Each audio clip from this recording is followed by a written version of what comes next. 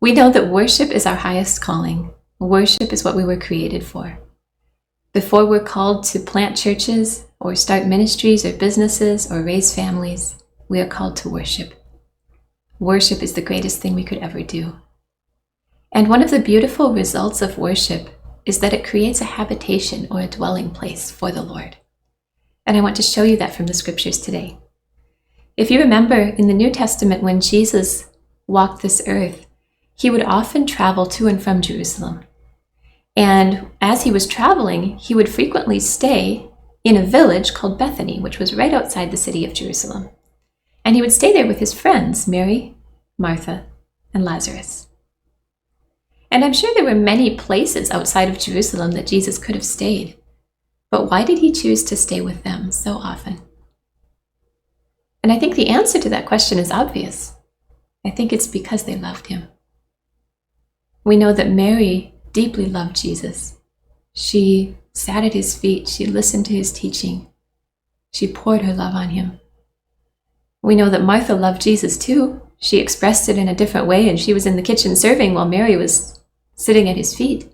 But we know that Martha loved Jesus too.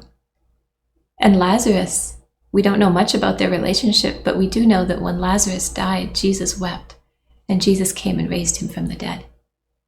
And so Jesus had a very special relationship with this family because of their love for him. And as a result, he made their house his home. And I see in these accounts a beautiful invitation for us as well, for us to likewise love Jesus and worship as they did. And as a result, he will make our spaces his home. And we see in the scriptures that God has always desired to live with us.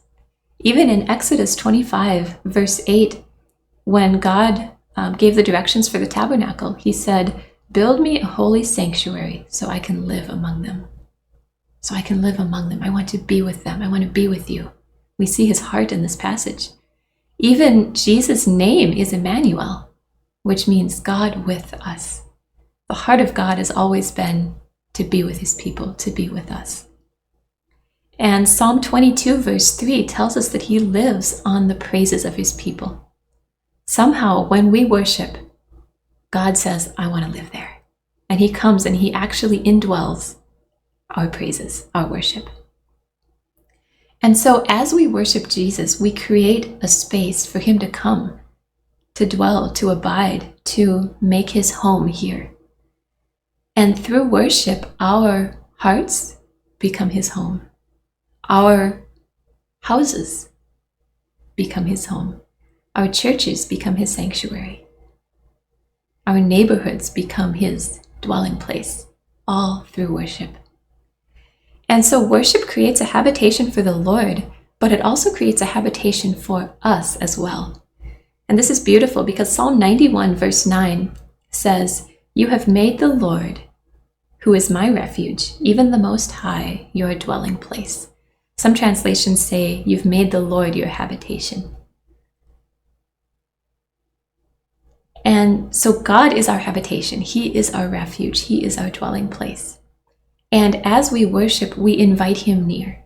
We create that sanctuary for him to dwell. And that sanctuary becomes a place for us to dwell also. And so worship truly becomes our home as well. And so my desire for us is that we would build this habitation for the Lord through worship. Whether that's in our hearts, first of all, or in our cars, or our living rooms, or our bedrooms, or our churches, wherever we are, that our spaces can truly become the home, the resting place, the dwelling place of God. And that we can truly build that habitation for the Lord through worship.